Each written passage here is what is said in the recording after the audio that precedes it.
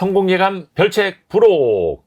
지식과 지혜를 얻는 가장 경제적인 방법, 성공예감 별책 부록 시간입니다. 안녕하세요, 이대호입니다. 요즘에요, 해외에서 우리나라 화장품이 난리랍니다.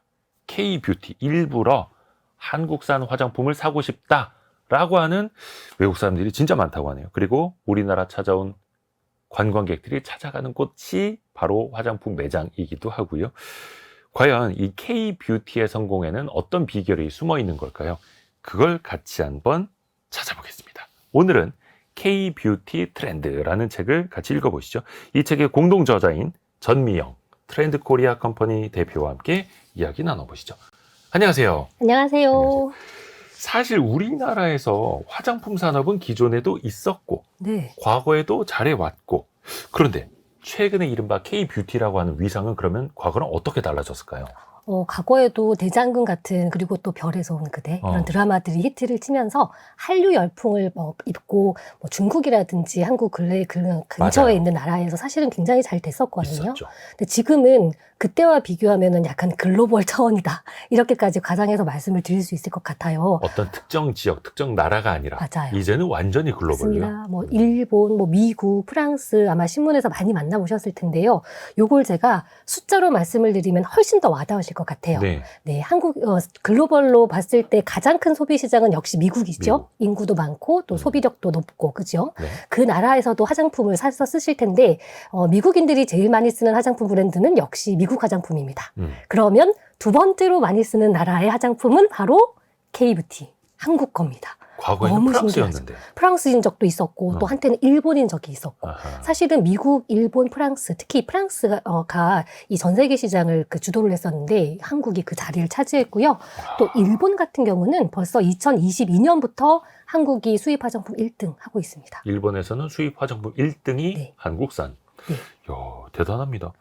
사실 이제 화장품 하면은 막 프랑스, 그렇죠. 그렇게 많이 좀 떠올렸었는데, 이제 해외 시장에서는 우리가 화장품은 프랑스를 이제 밀어내는 수준이다. 그렇게 보셔도 됩니다. 와, 대단합니다. 근데 그게 대기업 제품뿐만 아니라 또 중소기업 제품들도 많잖아요. 네, 맞습니다. 그게 또 놀라운 거죠. 네, 사실은 과거에 한류가 불어서 이 K-뷰티 열풍이 불었을 때는 주로 한국에서 열심히 비즈니스 하시는 큰 회사들, 예. 대기업 위주로 이게 글로벌 시장에서 반응이 왔었는데, 요즘은 거의 들어보시면 이런 화장품 회사가 있었어라는 약간 이름도 모르는 낯선. 작은 회사들이, 또 수많은 회사들이 하나의 생태계를 만들어내면서 자기들끼리 경쟁하고 신제품 만들고 또 시장의 크기를 키워나가는 이런 건강한 모습을 보이고 있는 것도 또 특이한 현상입니다. 그러면은 아까 잠깐 그 대장금 이야기 해주셨는데, 네. 정말 오래된 드라마긴 합니다. 맞습니다. 네. 요즘에는 사실 한류라는 표현도 잘 안 쓰기는 합니다만, 예. 이게 어떤 우리의 K컬처, 예. 문화 덕분인지 그 배경을 좀 한번 볼까요? 네, 맞습니다. 사실 뷰티라는 제품은 보통은 백화점 1층에 위치해 있잖아요. 그렇죠. 굉장히 여성분들의 로망, 선망 이런 것들을 이끌어냅니다. 백화점 1층에 다 비싼 화장품이에요. 맞아요. 네. 거기 보면서 하나 사야지, 이렇게 사람들의 로망과 선망성을 이끌어내기 때문에 이 브랜드 파워가 엄청나게 중요한 그 속성은 맞습니다. 그래서 그런 측면에서 본다면 이 한국인들은 예쁘다라든지 그런 우수한 드라마 속에 등장하는 연예인들 피부가 너무 좋아요, 예뻐요, 이런 것들이 나도 닮고 싶어요. 막 그렇죠. 이러면서. 분명히 문화적인 어떤 해자라 그럴까요? 예. 굉장히 글로벌 브랜드로서 브랜드적 후광을 만드는 데 역할을 하는 것은 사실입니다. 그렇지만 그것만이 이 K-뷰티를 만들었다라고 보기에는 제가 앞서 말씀드렸던 2010년대, 2012년대 그때와 양상은 조금 다른 것 같아요. 그래서 그게 하나의 K-뷰티에 관심을 갖게 되는 하나의 트리거, 시발점은 될 수는 있지만, 아하. 그것 때문에 이 K-뷰티가 전 세계에서 이렇게 1, 2등을 다툰다, 이렇게 볼 수는 없고, 그걸 기반으로 다양한 속성들이 어우러지면서 사실 지금의 성공을 이끌어냈습니다. 뭐 K-팝이나 콘텐츠 인기라면 잠깐 유행하고 그렇죠. 지나갔을 텐데, 이거는 정말로 대세로 네. 가고 있으니까요.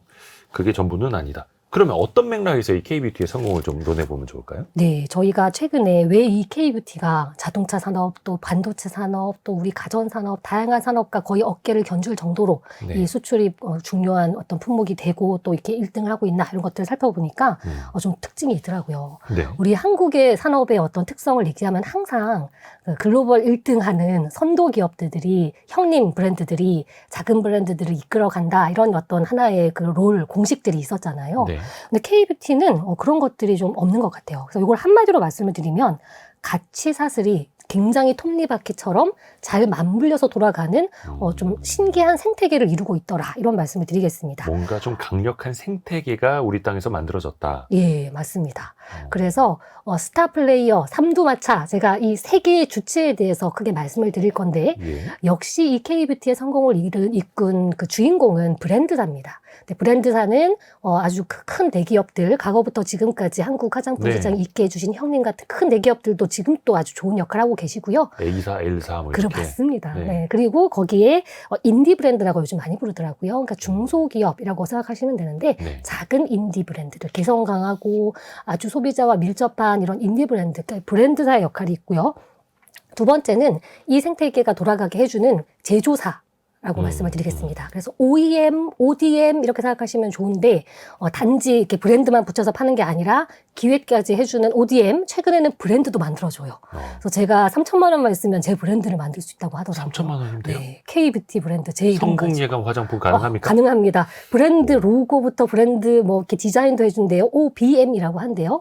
그래서 이런 형태로 생산 회사들이 아주 든든하게 떠받쳐 주시고 계시고요. 거기에 뭐니 해도 유통사 역할이 생각보다 큽니다. 사실 제가 제 이름으로 화장품을 만들었고 성공예감으로 화장품을 만들었어요. 팔아줘야 될 거 아니에요. 파는 게 문제죠. 그렇죠. 뭐 온라인도 있지만 특히 이 화장품은 만져보고 써보고 사람들이 이게 좀 친숙해져야 되는데 한국 유통사가 생각보다 굉장히 플레이를 잘합니다.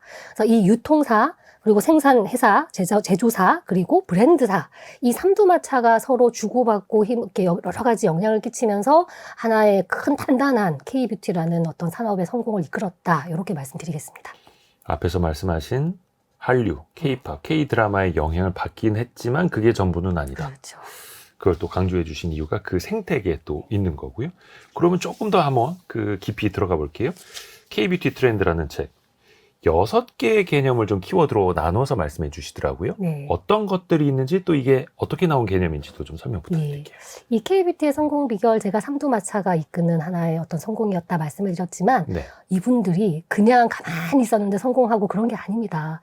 사실 이분들의 어떤 특성들이 히스토리가 전화위복이라고 한 말씀 드릴게요. 전화위복. 네, 지금 요즘 트럼프의 글로벌 간설 전쟁 때문에 모든 산업에서 힘들잖아요. 요 정도 느낌의 글로벌 위기, 또 정책적 위기, 국가 간의 어떤 힘듦, 어떤 사드 이런 거 생각나시잖아요. 그죠? 네. 그래서 이런 어떤 위기들이 정말 거의 한 2년에 한 번, 3년에 한 번 K뷰티 시장에 꽝꽝 터집니다. 얼마나 힘드셨을까요? 그 어려운 위기 상황을 정말 목숨 걸고 극복을 하시고 해결을 하시면서 하다 보고 내 지금 눈앞에 있는 위기를 해결하다 보니 어느새 이 K뷰티가 건강해지고 튼튼해지고 인정받고 이렇게 위기가 온 거예요. 그래서 그러니까 그 사드 보복 직전까지만 하더라도 K뷰티가 중국에서 맞아요. 어마어마하게 네, 잘 나가는 중국. 면세점에서 막 맞아요. 사람들이 보따리로 사가고. 따이공이라고 하시는 분들이 막 이만큼 사가고 맞아요. 그때 뭐 또 한국 화장품 회사의 주가가 또 얼마나 엄청 올랐습니까? 네. 근데 그 이후에 급전직하했었고 네. 그 어려움을 또 거의 이겨내면서 그렇죠. 사실은 좀 10년 가까운 시간이 또 필요했던 거예요. 맞습니다. 네네. 한 국가에 지나치게 의존하면 안 되겠구나. 어떻게 하면 여러 국가에 우리가 시장을 확대할 수 있을까? 정말로 절치부심하시면서 그 위기를 극복해 왔는데 이걸 조금 더 멋진 표현으로 말씀을 드리면 네. 한마디로 6글자입니다. 트렌드 대응력. 시장 대응력입니다. 대응력인 것 같아요. 이 트렌드 대응력을 저희가 그래서 어떻게 대응했는지를 조금 더 구체적으로 보니까 기획을 잘하셨고 아주 빠른 속도력을 가지고 가셨고 또 주도력 이 회사의 어떤 직원분들이 힘을 가지셨고 또 어떤 미디어 매체 이런 변화에 대응을 잘하셨고 상품 잘 만드셨고 또 우리 소비자들이 또 지원해 주셨고 덕후력 이렇게 저희가 총 6개의 파워 6개의 파워. 그렇죠. 그걸 한번 만들어 봤습니다. 그러면 첫 번째 파워는 역시 기획력입니다. 기획력. 네. 사실 이제 기획한다라는 것 자체가 참 넓은 개념이긴 합니다. 맞아요. 제일 어렵기도 하고요. 네. 근데 그 원천은 역기획이 있어요? 예, 뭔가 맞습니다. 거꾸로 기획을 했다는 네, 겁니다. 너무 정확하게 말씀해 주셨는데요. 이 기획이라는 게 참 정의하기가 어렵습니다. 그런데 이렇게 한번 생각해 보시면 될 것 네. 같아요. 제가 오늘 출연하려고 우리 이대호 편집장님 만나뵈려고 네. 아 예쁘게 하고 가야지 하고 옷장을 딱 열었어요. 네. 옷이 가득 차 있어요. 그렇죠. 입을 게 없어요. 항상 그러죠. 항상. 그렇죠. 네. 그래서 그 어떤 입을 게 없네, 나 또 사야겠네. 그럼 뭐 살까? 이런 소비자들의 마음 속에서 너 저거 사야 돼. 라는 마음을 만들어내는 것을 저희가 기획력이라고 한다면 그거를 잘해야 되는데 저희가 이것을 굳이 역기획이라고 이름을 지은 이유는 네. 사실 대부분의 산업을 잘 보시면 어떤 시장을 혁신을 하는 기술이 있고 그 기술을 상품으로 만들어내고 이 상품이 조금 어려우니까 소비자의 언어로 마케팅해서 잘 전달해서 소비자에게 다가가는 이렇게 일반적인 기획의 프로세스죠. 예. 그러니까 아이디어가 있으면 나 저거 할 수 있어? 기술이 만들어주고 만들어봐, 만들고 전달해봐, 소비자에게 알리고. 근데 이 역기획은 완전 뒤집힙니다. 소비자들이 그 리뷰 데이터를 쓰잖아요. 네. 막 리뷰 데이터, 이 제품이 좋아요, 싫어요. 옛날에는 그걸 불평불만이라고 생각했는데 그 리뷰에서부터 출발을 하는 거예요. 소비자들이 이런 니즈가 있네. 이걸 어떻게 해결할 수 있지? 그걸 해결할 수 있는 기술이 있나? 그럼 이게 상품으로 나올 수 있을까? 이렇게 소비자들의 미충족된 니즈로부터 반대로 흘러갑니다. 그래서 요걸 저희가 역기획이라고 했는데 사실 저희가 만든 건 아니고 뭐 아마존에서 일하는 방식이다 하면서 역기획 책 이런 것들도 있기는 합니다만 충족되지 않은 니즈를 맞습니다. 거꾸로. 예. 그래서 요거 제가 사례를 말씀을 드리면 훨씬 더 이해가 되실 것 같아요. 그래서 이제 화장품 회사의 성공 스토리인데요. 비타민 제품들 여성분들 많이 바르시거든요. 네. 노화에 좋다고 해서. 근데 이 비타민이 햇빛 자외선을 받으면 파괴가 잘 된다. 이런 상식이 저 같은 일반인들도 있어요. 그래서 이 비타민류의 특징은 보통 자기 전에 바르세요. 아침에는 안 바르고 이거 햇빛 받으면 파괴돼 이런 네. 저도 그런 어떤 그런 고정관념이 있거든요. 이게 진짜인지 모르겠으나 아마 과학적으로도 근거가 있을 겁니다. 그래도 그런 어떤 불평들을 한 뷰티 회사가 이렇게 리뷰를 읽으시고 그러면 선크림을 그 비타민이 파괴가 되지 않을 정도로 강력하게 만들어 버리면 어떨까?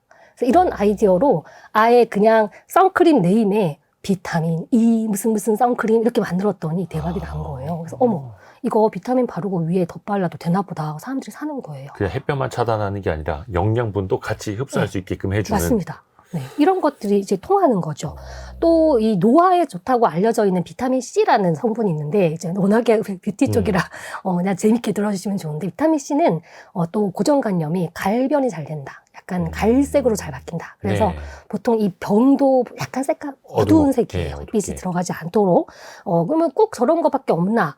이게 조금 이렇게 갈변되지 않는 성분은 없을까? 그렇게 해서 우리 한국 화장품 회사들, 많은 화장품 회사들이 찾아낸 성분이 또 이름 어렵습니다. 제가 이거 외우질 못해서 적어왔는데 네. 나이아신 아마이드. 아. 네, 이 성분이 비타민 C를 좀 대체할 수 있는 노화를 방지할 수 있는 성분이고 요거는 또 낮에 발라도 돼. 그래서 이것도 색깔이요. 핑크 색깔이에요. 그래서 비타민 C는 평소에는 뭐 노란색인데요. 갈변이 되고요. 그거 고정관념 벗어내고 핑크색으로 노화 관리하세요. 이렇게 해서 또 대박이 난 거예요. 그러니까 아주 작지만 소비자들의 어떤 일상적인 행동 습관 이런 데서의 불편을 찾아내고 거기서 상품을 만들어내는 이런 것들을 저희가 역기획이다. 이렇게 이름 붙였습니다. 이거는 하나의 사례일 뿐이었습니다만 그만큼 사람들이 충족하지 못했던 그 빈틈을 네. 찾아내서 기획을 했다라는 거네요. 대단하네요. 그러니까 제조사는 또 이런 식으로 기획을 하는 거고 유통사도 그 틈새를 또 찾아냅니까? 맞습니다. 제조사는 조금 어려운 점이 자사 데이터만 있어요. 우리가 출시해서 이렇게 깔았는데 며칠 만에 팔렸다라든지 어떤 성분의 제품의 인기가 많다든지 그런 데이터는 계속 보시잖아요. 예. 근데 유통사는 모든 브랜드의 데이터를 갖고 있습니다. 특히 그 몇 층에다가 어떤 글씨가 보이도록 해서 배치를 했을 때 사람들이 좋아한다. 그리고 요즘은 좀 소용량이 잘 팔린다. 요즘 사람들은 무슨 성분을 좋아하고 어떤 재질을 좋아한다. 그러니까 이런 것들을 총체적으로 분석할 수 있는 종합 데이터를 갖고 계시니까 그것을 분석해서 고객사들에게 막 거의 뭐 가회 수준으로 티칭을 하십니다. 옛날처럼 1년에 한 번 이렇게 불러놓고 뭐 컨퍼런스 하고 올해 잘 부탁드립니다. 그런 거 아니고요. 아예 1대1로 브랜드를 만나신대요. 그래서 올해 트렌드는 이거니까 너희 회사에는 크림 잘 만드시니까 이 크림에 이 성분 넣으시고 요즘 사람들은 소용량 좋아하니까 작게 만드시고 글씨체는 이렇게 하시고 그렇게 하나하나 디테일해가 이렇게 지도 이렇게 리딩을 하셔가지고 어차피 K뷰티 제품을 소비자가 좋아해줘야 유통사도 돈을 버는 거거든요. 그러니까 화장품을 잘 만드는 건 당신들의 역량이지만 우리는 잘 판매하는 선수들이야. 그렇죠. 판매 전문가야. 네. 우리가 도와드릴게요. 뭐 이런 식으로 하는 맞습니다. 거네요. 근데 그런 제조사의 역량, 또 유통사의 역량이 또 같이 또 시너지를 내는 거고요. 그러니까 그 유통사가 이제는 또 글로벌로 뻗어나가니까 전 세계 각국의 어떤 니즈를 또 읽고 있고 그렇죠. 이때 필요한 건 이런 제품이요라고 먼저 또 제안하기도 하고. 그렇죠. 말씀 주신 것처럼 해외 소비자들은 또 약간 접근하기가 어렵거든요. 컬러에 대한 어떤 선호, 기후에 따른 피부의 특성 이거 다른데 요즘은 글로벌 또 유통 쇼핑몰을 한국 회사들이 가지고 계세요. 그래서 거기 들어오는 리뷰들을 가지고 또 거꾸로 이렇게 지원을 해주는 이런 것들이 총체적으로 역기획인 것 같습니다. 야, 그래서 아까도 그걸 톱니바퀴처럼 네. 또 표현을 해주신 거고요. 또 하나가 속도력 한번 찾아볼까요? 얼마나 빠르게 대응을 하는지. 네. 신제품이 얼마나 걸립니까? 이거 실제로 기획하고 제품화되기까지. 네, 통상적으로 우리가 그냥 평균 웬만한 안정적인 뷰티 화장품들이 신제품을 출시하는 주기가 일반 제품하고 비슷합니다. 우리 스마트폰이 1년에 한 번씩 나오잖아요. 예. 마찬가지로 화장품도 12개월에서 한 18개월 정도 걸리는 게 정설이고요. 왜냐하면 어떤 컨셉 정하셔야죠. 색상, 그리고 또 성분, 마케팅 포인트 이런 것들이 한 1년 걸린다고 하거든요. 네.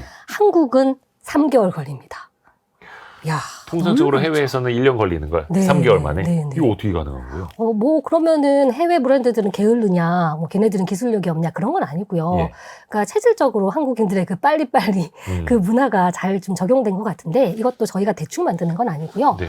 OEM, ODM 같은 저희가 그런 제조사가 있다고 말씀을 드렸잖아요. 네. 이 제조사들이 리서치를 많이 하셔가지고요. 이미 데이터나 자료를 많이 갖고 계세요. 그래서 이 브랜드 회사들이 여러 가지 아이디어나 컨셉을 가지고 갔을 때 네. 됩니다가 되는 거예요. 그러니까 그거를 개발하는 데 들어가는 시간이 확 줄어든다고 생각하시면 되겠죠. 그래서 그런 어떤 ODM 제조사의 역량이 일단 떠받쳐 주시고요. 예. 그리고 이 한국 K뷰티 화장품에 이따가 말씀을 드리겠지만 의사결정 시스템이 굉장히 빠릅니다. 그래서 보통 이 큰 회사들은 밑에서 아이디어를 찾고 팀장님, 부장님 뭐 이렇게 쭉 올라가면 1년 걸린다고 보시면 되는데 한국 회사들은 굉장히 셀 단위로 의사결정을 하기 때문에 의사결정 하는데 속도가 지체가 되지 않습니다. 그래서 이런 회사의 어떤 속도력 그리고 제조사의 역량 이런 것들이 유통사의 또 어떤 배달이라든지 이런 시스템들 이런 것들이 좀 총체적인 것 같아요. 제가 속도 얘기해서 그냥 한 가지 말씀을 드리고 싶은데 예를 들면은 우리 그 한국에 있는 화장품 판매하는 그 종합 판매장 있잖아요. 예. 거기 가시면 가격표 있잖아요. 종합 판매장이라고 하면 하니까 와닿지가 않습니다. 뭐 드럭스토어처럼 네, 뭐 화장품 드럭스토어. 전문 판매. 네, H&B 스토어라고 그러나요? 네. H&B 뷰티 스토어. 아마 잘 아실 텐데. 네. 네. 그런 브랜드사에 가시면 화장품이 딱 놓여 있고요. 그 밑에 이렇게 가격 라벨이라 그러잖아요. 예. 그게 있거든요. 그거 이게 종이같이 생겼어요. 근데 그거 힘이 보시면 전자라벨. 디스플레이죠. 맞습니다. 디스플레이. 네, 그래서 가격 뭐 프로모션이 10% 들어간다. 전국이 바로 바뀝니다. 이게 또 속도력을 보여주는 하나의 단면인 것 같아요. 이건 진짜 하나의 예시고요. 한국인들은 뭐든지 빨라요. 근데 대충대충 빠는 게 아니라 그것들을 품질을 잘 관리하면서 소비자들에게 빨리 닿을 수 있도록 아이디어를 많이 낸다는 거죠. 야, 빨리빨리. 근데 이게 또 작은 중소기업들이 더 잘하는 거고. 그래서 한켠에서는 왜 종합 그 생활건강 제품까지 만드는 이런 화장품 회사들 좀 어려워진 측면이 있잖아요. 네. 그 내부에서 우리는 왜 이 속도전에서 뒤처지고 있나 이런 반성도 또 나온다고 하더라고요. 그만큼 작은 기업들이 잘 하고 있고 아까 초반에 3천만 원만 있으면 화장품 만들 수 있다라고 하셨잖아요. 네. 그러면 화장품 회사 창업까지도 그럼 그렇게 좀 쉬워졌을까요? 네, 요거는 또 뒤에서도 말씀드릴 거지만 조금 앞당겨서 말씀을 드리면 한국의 그 화장품 법이 약간 바뀌었어요. 그 책임 판매업자라는 제도가 있는데 네. 예전에는 쉽게 말씀을 드리면 조금 어려운 개념이라서 제가 화장품 브랜드를 만들어서 팔고 싶으면 공장까지 있어야 됐습니다. 그러니까 자본력이 있는 큰 회사 위주로 화장품 회사가 만들어질 수밖에 없었겠죠. 그런데 책임 판매업자라는 제도가 생기면서 그 제가 굳이 화장품 회사가 없어도 그 ODM, 없어도. OEM 같은 회사에 가서 문의를 하면 브랜드를 만들어도 줘도 된다, 만들 수 있다 이런 식의 제도가 나타나니까 제가 3천만 원만 있으면 그 회사에 가서 상의를 해가지고 아이디어를 더해서 색깔을 이렇게 해주세요, 재질 이렇게 해주세요 해가지고 판매할 수 있는 그런 생태계가 된 거죠. 이게 사실은 중요한 이유가 그렇기 때문에 많은 CEO들이 만들어졌고요. 물론 그 와중에 힘들어서 또 사라진 브랜드도 많지만 많은 플레이어들이 들어오면서 자기들끼리 선의의 경쟁을 하시면서 그중에 또 스타들이 탄생하고 또 사라지고 이게 하나의 새로운 형태의 생태계를 만든 그 속도력의 또 근원이 되는 이런 어떤 특성이기도 했습니다. 그러니까 사실 제조랑 판매가 좀 이렇게 별도로 움직일 수 있는 게 너무나 지금은 당연해 보이는데 네. 예전에는 제도상 하나로 뭉쳐 있었어야만 됐다. 네. 그러면은 이 화장품계에 TSMC가 나올 수 없는 거잖아요. 그렇죠. 우리나라 OEM, ODM 기업들이 거의 뭐 화장품계에 이제는 TSMC라고 불러도 될 정도로 손색이 또 없다. 네, 글로벌적으로도 그렇다고 보시면 될 것 같습니다. 그러니까 제조사들도 그 트렌드를 따라가야 하고 브랜드사들은 뭐 더 빨리 그 시장을 그렇죠. 읽어야 하고 네. 유통사의 역할도 마찬가지인가요? 유통사는 제가 아까 그 가격 라벨을 하나 말씀을 드리긴 했는데 네. 그거는 조금 하나의 작은 사례이고 근원적으로 말씀을 드리면 예. 결국은 또 유통사는 유통사대로 3개월 만에 나오는 화장품들을 계속 소비자들에게 선보여 줄 수 있어야 되잖아요. 그렇죠. 그렇다면은 정말로 그런 커머스적인 어떤 속도력이 갖춰줘야 하고요.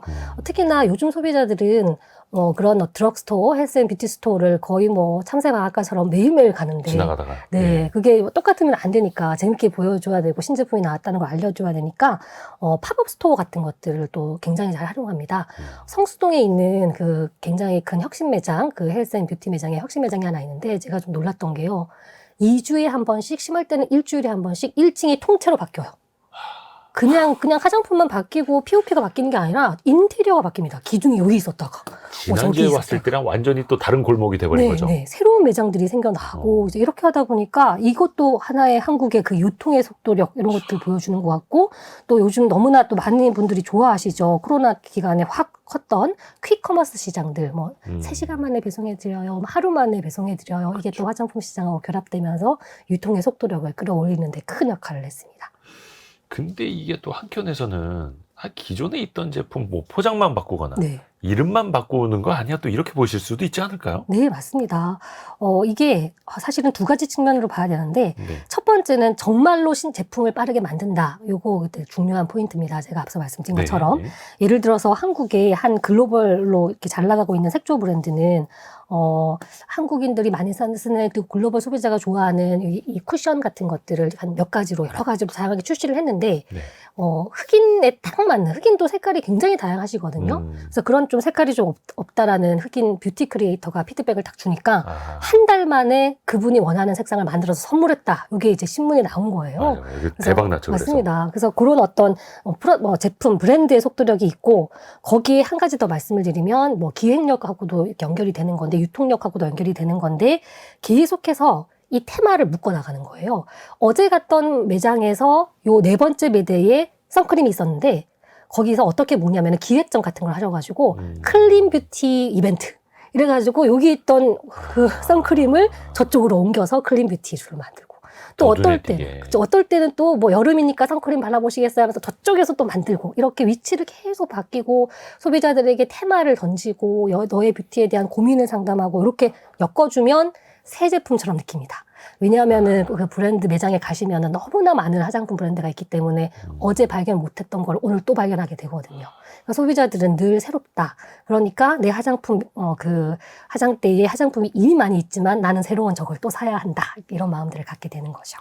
그러니까 출시가 됐을 때 1차 마케팅도 중요한데 이 좋은 제품들이 묻혀버리면 안 되니까 그렇죠. 2차 마케팅도 네. 하는 거고 네. 그때 또 테마 네. 유행을 만들어 버리는 거네요. 그렇습니다. 네. 대단합니다. 유통사들도 그런 영역이 또 중요한 거고 앞에서도 말씀하신 것처럼 진짜 우리나라의 빨리빨리 문화 사실은 또 우리나라가 이제 선진국 레벨이 되면서 네. 좀 빨리빨리 문화가 속도가 좀 이제 뒤처지는 거 아니야? 라고 특히 이제 첨단 산업 분야에서 그런 이야기 나오지 않습니까? 맞습니다. 반도체에서도 네. 화장품은 여전히 빨리빨리네요. 네, 화장품은 이 빨리빨리가 사실은 굉장히 중요한 강점이 됐습니다. 사실 한국인들은 너무 빨리빨리 해서 뭐 절차도 무시하고 뭐 안전사고도 나고 이런 어떤 비판도 있었거든요. 과거에. 그런데 AI 시대가 되고 이런 또 어떤 디지털 시대가 되면서 빨리빨리가 굉장히 중요한 경쟁력이 돼버린 겁니다. 샘 알틀먼이 자기 회사 직원들에게 그랬대요. 네. 너희는 세상에서 제일 빠르게 실행하는 회사가 돼야 돼 라고 했다는 거예요. 어느새 이 시장이 바뀌면서 속도라는 게 중요한 경쟁력이 됐고 특히 우리 이제 뷰티 시장의 중요한 타겟인 이 Z세대, G세대들은 또 굉장히 또 실증 잘 느끼시고 새로운 거 좋아하시잖아요. 그러니까 이분들하고 또 빠른 속도가 잘 맞는 겁니다. 그러니까 여러 가지 측면에서 이 한국이 원래 가지고 있던 빠른 속도의 문화가 탄거조 시대를 한마디로 말씀을 드리면 저희는 일부 예상한 것은 아니나 어떤 디지털의 시대, AI 시대, 그리고 소비자의 변화 이런 것들을 잘 타면서 굉장히 중요한 경쟁력으로 부상했다. 이렇게 말씀드릴 수 있습니다. 이야, 대단합니다. 정말 세기를 주도하는 것 같습니다. 또 여기서 나오는 키워드가 주도력이에요. 예, 맞습니다. 주도력. 예. 이거는 특히 조직 문화를 의미해요? 예, 맞습니다. 너무 잘 아시겠지만 성공하는 기업들을 만나보시면 사실 조직 문화가 참 좋습니다. 그런데 이걸 이제 한 기업이 아니라 K뷰티라는 산업적으로 봐도 조직 문화가 굉장히 특이하더라고요. 근데 요거는 제가 말씀드리기가 조금 위험할 수도 있는 것이 사람마다 그 조직 문화가 다르기 때문에 네. 뭐 조금 너무 저렇게 배워야 한다는 말씀은 아니고 그렇죠. 뭐 성향이나 생각하는 바가 다를 수 맞습니다. 있으니까요. 네, K뷰티는 저렇게 문화를 가지고 있구나 이렇게 말씀을 드리면 되는데 생각해 주시면 되는데 네. 세 가지 정도 말씀드려 볼게요. 일단은 직원들이 대표님 말씀 안 들어요. 그래서 대표님이 내년에 뭐 유행할 것 같은데 개발해 볼래? 자기가 생각했을 때 아니면 안 듣습니다. 그래서 뭐 약간 그 오너십이라 그럴까요? 스스로 그런 어떤 것도 있고. 그러니까 탑다운에서 뭔가 찍어내리기가 안 된다는 안 거예요. 됩니다. 네네. 저희가 인터뷰했던 한 그 회사에서 해주신 임원님이 해주신 말씀인데, 박사님, 저희 회사 직원들은 정말로 똑똑하고 유능해서 솔직히 이게 뭐 한국을 북한하고 통일시키라고 하면은 통일시킬지도 모르는 사람들이에요. 그 정도 일 잘하거든요. 근데요, 회장님이 이래라 저래라, 뭐 신제품 개발해라 그건 안 들어요. 그러니까 그 정도로 자기의 어떤 확신, 자신의 어떤 오너십, 나에 대한 어떤 믿음 이런 것들이 강하더라고요. 그게 왜 그런가를 봤더니 권한을 주세요. 근데 정말로 할 수 있는 파워를 주시고 말만 너네가 중요해 그게 아니라 해봐 하고 싶은 거 해봐 이렇게 권한을 주시고 특히 또 이 K뷰티 시장이 젊은 세대를 타겟으로 해서 그런지 모르겠으나 그 젊은 타겟을 이해할 수 있는 사람들 약간 덕후력이 있는 사람들이 또 직원으로 일을 많이 하세요. 그래서 저희는 회사들을 만날 때마다 와 회사 조직 문화가 좀 젊다. 그리고 또 직원들이 거의 뭐 CEO처럼 일하신다. 왜 그럴까? 저분들은 정말 약간 뷰티에 이렇게 덕후가 되신 분들인가? 네, 약간 그런 어떤, 공통점이 발견되더라고요. 그래서 그런 것들이 그 전반적인 산업에 좀 확산되어 있습니다. 이건 근데 나이 문제는 아닌 것 같아요. 그러면 40대, 50대는 없어요. 그렇지 않고요. 40대, 50대들도 20대처럼 일하시고요. 그래서 뭔가 이 문화가 젊다. 약간 이런 인상을 받았습니다. 젊은 회사라는 의미가 그냥 평균 연령이 낮다가 아니라 네. 조직 문화가 젊다라는 거. 네, 그러니까 기존의 사고방식, 기존의 업무 방식과는 확실히 다른데 네. 근데 사실상 그거는 또 위에서 그만큼의 권한을 각각의 책임자에게 줬다라는 뜻이고요. 그렇죠. 그래서 이게 대기업보다는 중소, 중견기업들이 훨씬 더 빠르게 움직인 맞습니다. 그 배경이 되는 거고 설립한 지 얼마 안 된 회사가 전통적인 우리나라 뷰티 회사의 시가총액을 또 넘어선 게 얼마 전에 또 엄청난 화제가 맞습니다. 되기도 했고요. 근데 이게 제품 개발이라는 게 다 성공할 수는 없잖아요. 예. 누군가는 회사의 경제적 손실을 만들 수도 있을 테고 맞아요. 그럴 땐 막 책임 소지가 좀 있지 않을까요? 네, 저희도 이렇게 다양한 기업들 만나서 인터뷰할 때 좀 흥미로웠던 부분이 아까 네. 제가 권한을 이양한다라고 했잖아요. 예, 예. 근데 사실 권한하고 같이 가는 게 책임감이거든요. 그래서 대표님들은 다양한 권한을 갖고 계시지만 그 어려운 그 회사를 운영하는 책임감을 갖고 계시잖아요. 네. 그래서 저는 그걸 어떻게 해결하는지가 너무 궁금했는데 모르겠습니다. 제가 실제로 그 회사에 다녀보진 않아서 모르겠지만 많은 회사들이 말씀하시기를 책임을 묻기보다 너 이거 만들어서 몇 개 안 팔렸네, 실패했네, 너 책임져라기보다는 여기서 실패로부터 뭔가를 배웠으면 괜찮아. 그러면 다음에 우리가 그거를 안 하면 되잖아. 그래서 이거를 레슨 앤 런 문화라고 하더라고요. 예를 들면은 유통사 예를 들자면 제가 이제 MD예요. 제가 보기에 저 회사가 브랜드가 괜찮을 것 같아요. 그래서 요번에 발주를 합시다 하고 이제 샀어요. 그래서 유통사들 뷰티 유통사들은 대부분 사입한다고 그래서 그냥 회사 창고에 쌓아놓거든요. 네. 그거 안 팔리면 완전 악성 재고가 그렇죠. 되는 거고 매일매일 창고비 내야 하는 거고 사실 리스크가 큰데 이제 그런 것들 안 팔린 거 이제 이렇게 하는 날 이렇게 모여가지고 같이 이제 토론하고 본대요. 그래서 저는 제가 만약에 MD면 그거 보고 있으면 좀 심장이 두근두근 할 것 같거든요. 책임 묻지 않는답니다. 책임 묻지 않고 오히려 거기서 무슨 이슈 때문일까? 우리가 뭘 놓쳤을까? 이런 것들을 같이 토론하고 그거를 다음 이제 기획에 반영한다고 합니다. 그래서 이런 식의 어떤 학습 경험 이런 어떤 그런 것들을 이렇게 놓아가면서 노하우가 차곡차곡 쌓이는 것 같아요. 그래서 똑같은 실패는 하지 않는다. 그리고 이런 어떤 실패로부터 학습해 나간다. 그러니까 이게 사실 저희가 조직 문화라고 말씀을 드렸지만 예. 절대로 정책, 제도, 뭐 교육 이걸로 한 번에 되지 않는 것 같고요. 정말로 공기처럼 하나의 회사에 스며드는 문화 약간 이런 느낌인 것 같아요. 그래서 그런 것들을 많은 회사들이 자사에 맞게 발전해 오지 않았나 이렇게 저희는 판단했습니다. 어떻게 보면 실리콘밸리 IT 기업처럼 네. 그런 조직 문화를 갖고 있는 게 우리나라 중소 뷰티 기업들이라는 네. 거고요. 신기합니다. 그리고 나오는 게 대응력입니다. 아까 시장이 굉장히 빠르게 대응한다라는 이야기도 해주셨는데 그냥 빠르게 대응하는 게 아니라 이건 또 시대의 흐름까지도 읽고 만들어내는 대응도 있는 것 아닙니까? 네, 맞습니다. 대응력은 사실 좀 큰 얘기라서 저희가 이 대응력을 조금만 더 구체적으로 말씀을 드리면 미디어 환경이나 아니면 콘텐츠 환경에 대응한다. 이렇게 조금 말씀드려보겠습니다. 사실 6개 속성이 다 대응하는 것이기 때문에 네. 굳이 이렇게 작은 대응력은 미디어의 변화. 그러니까 회사들이 우리 브랜드를 이렇게 홍보하기 위해서 어떤 매체를 활용하지? 이런 미디어의 매체의 어떤 대응력.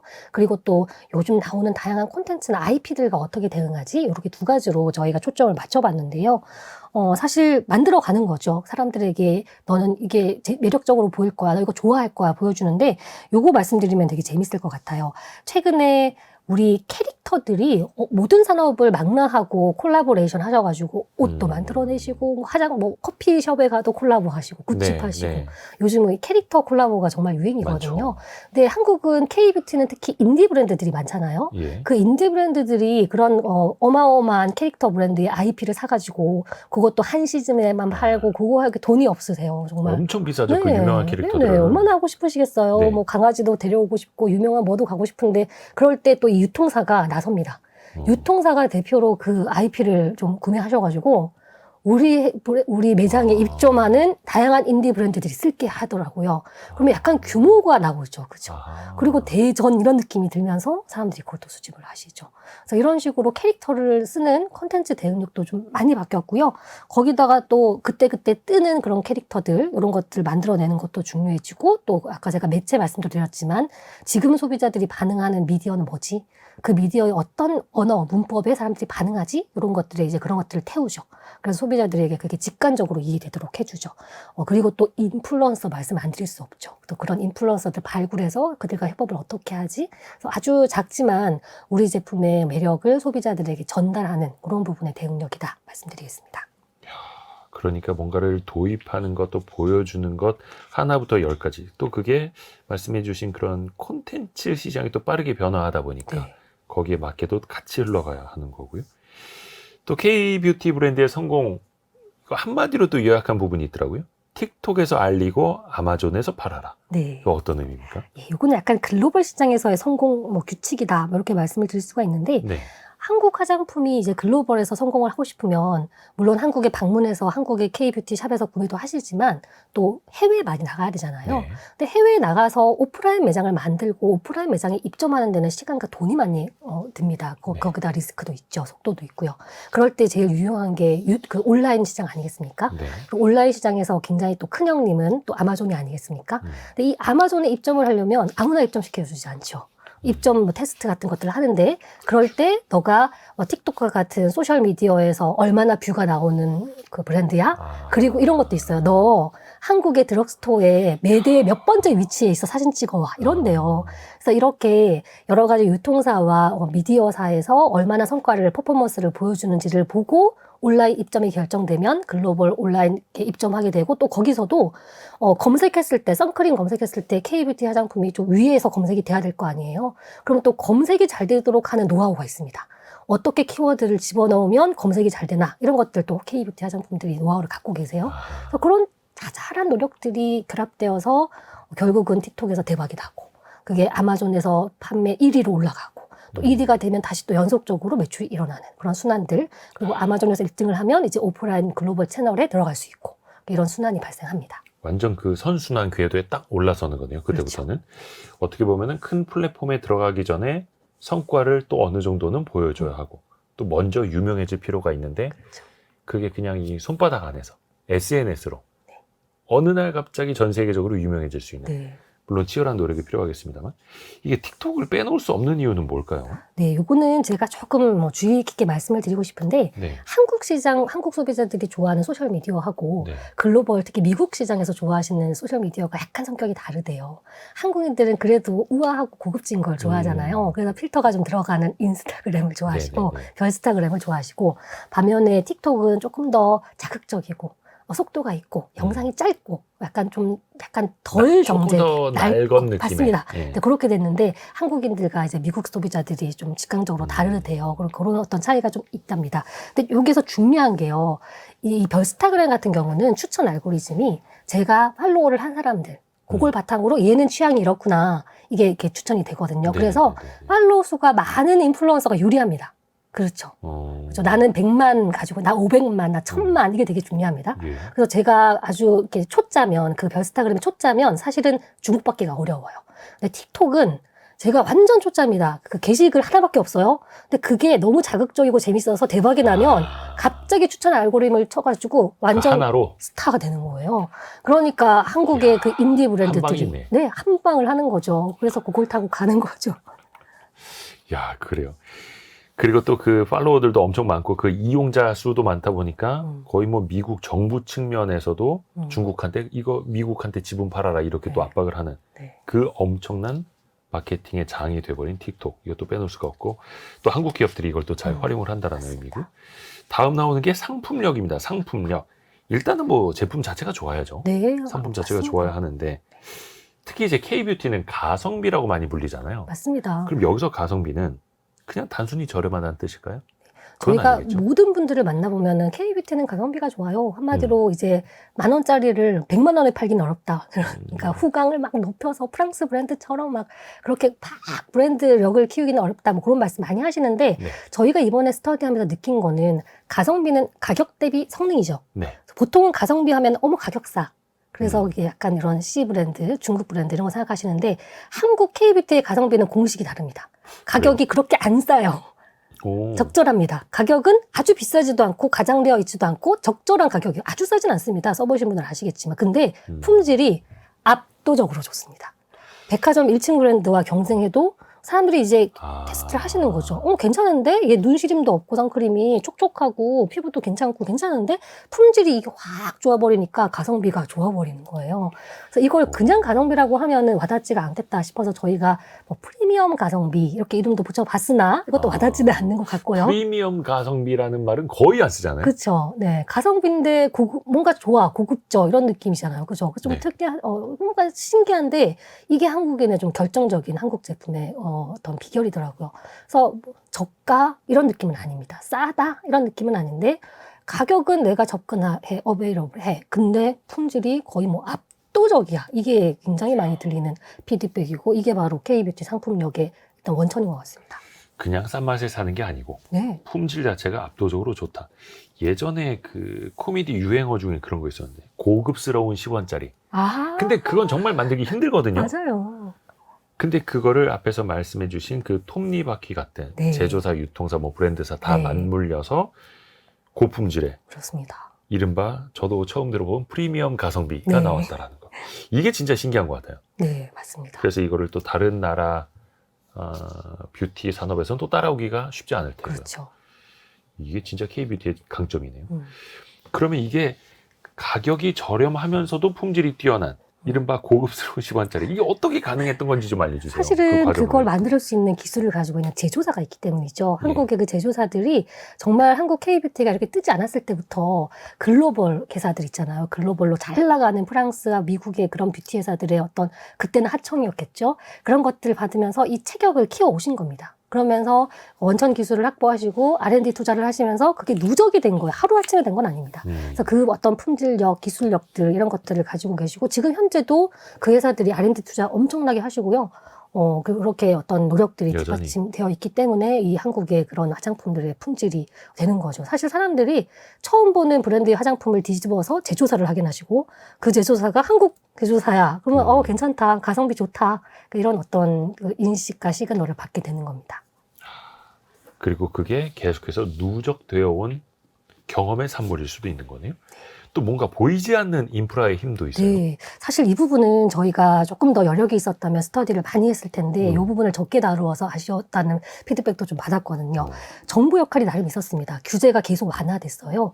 예를 들면 화장품 뒤에 성분 표시할 수 있게 해줬습니다. 근데 그게 결정적으로 성분이 표시되니까 사람들이 그 성분을 읽고 과학적으로 분석하니까 이제 브랜드가 너무 막 좋은 화장품보다는 성분을 보고 나에게 맞는 합리적인 가격에 그런 인디 브랜드도 기꺼이 선택할 수 있는 그런 근원이 됐었고요. 근데 제가 알기로는 이른바 네. 그 전성분 표시하라는 규제가 네. 규제 완화가 아니라 막 규제 강화다. 강화였거든요. 이거 남들이 다 베껴간다. 맞아요. 막 이렇게 막 하소연했었던 사례도 있었거든요. 네, 맞습니다. 근데 그게 역설적으로 기회가 돼버렸죠. 한국 소비자들이 그거 따지고, 아시죠? 앱에서 성분 따지고, 나에게 나쁜 성분 따져가지고 하다 보니까, 처음 보는 브랜드들 얼마든지 성분 플레이 할 수 있게 됐고, 거기다가 또 한국이 어마어마한 게요.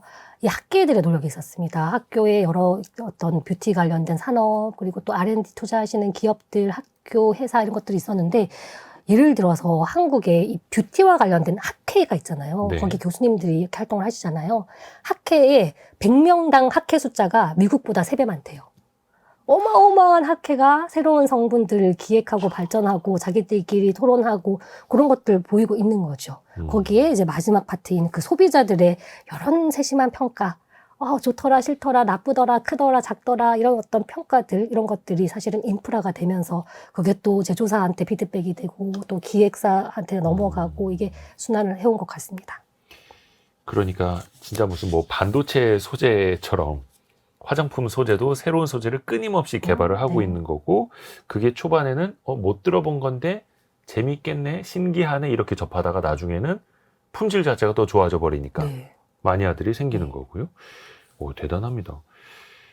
그 마니아를 표현하는 말이 또 덕후 아니겠습니까? 맞습니다. 마지막으로 꼽아주신 게 덕후력이에요. 사실 덕후란 단어가 썩 좋은 단어는 아니오나 최근에는 그랬는데. 네, 최근에는 뭐 굳이 많이 쓰기 때문에 네. 저희도 바꾸진 않았고요. 단지 그냥 나 화장품 좋아하는 덕후야, 나 집에 화장품 굉장히 많아, 이 수순이 아닙니다. 정말 화장품 회사에 가서 의견을 개진하시고 내가 심지어 화장품을 좋아하면 그 회사에 입사를 하고 약간 그래서 아르바이트부터 시작해서 막 올라가시고 성공한 정말 덕후. 네네 이런 것들이 계속 어떤 순환을 만들어내면서 그러니까 소비자들이 화장품에 관심을 좀 가져줘야 이 시장이 클 수 있는 거잖아요. 그래야 제품이 성장할 수 있는 거잖아요. 그래서 사실 이 K뷰티라는 엄청난 톱니바퀴 생태계를 떠받치는 가장 근원적인 토양은 이 소비자들이었습니다. 이 소비자들이 관심 가져주시고 바이럴 해주시고 이래라 저래라 해주시고 또 그걸 사주시고 그죠? 그래서 그런 것들이 사실 뒷받침이 되었기 때문에 지금의 이 K뷰티가 있다라고 말해도 과장되지 않았다. 저는 그렇게 생각합니다.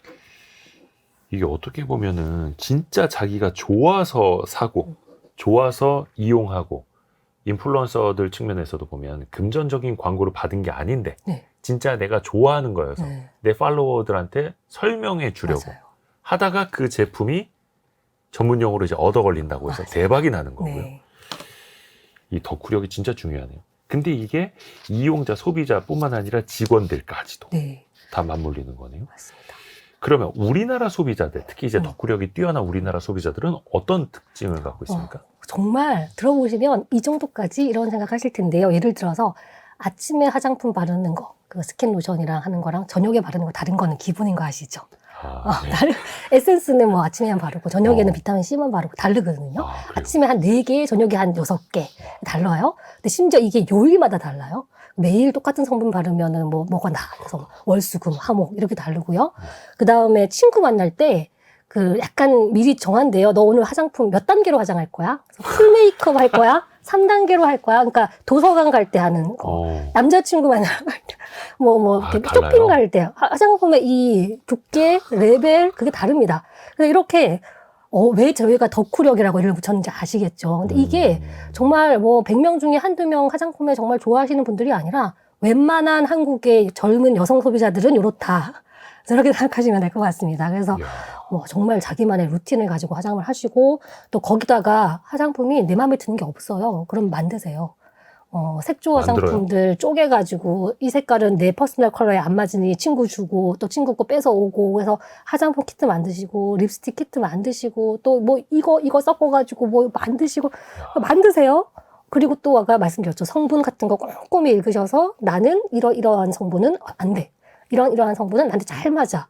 그래서 이제는 그런 식으로 어떤 성분에 대한 덕후, 그리고 커스텀 맞춤 덕후, 그리고 루틴 덕후 이런 어떤 다양한 차원에서의 한국 소비자들의 덕후력이 그래서 제가 토양이다라고 말씀을 드린 것 같습니다. 그러니 화장품 종류가 셀 수 없이 많은 거고, 네, 그러니까 그 셀 수 없이 많은 제품들이 많이 팔리는 거고. 네. 저는 얼마 전에 이제 중3 딸이랑 그 뷰티 스토어 잠깐 간 적이 야. 있는데, 제가 봤을 땐 다 똑같은 색깔이거든요. 하늘 아래 같은 색깔이 없습니다. 그런데 그게 다르대요.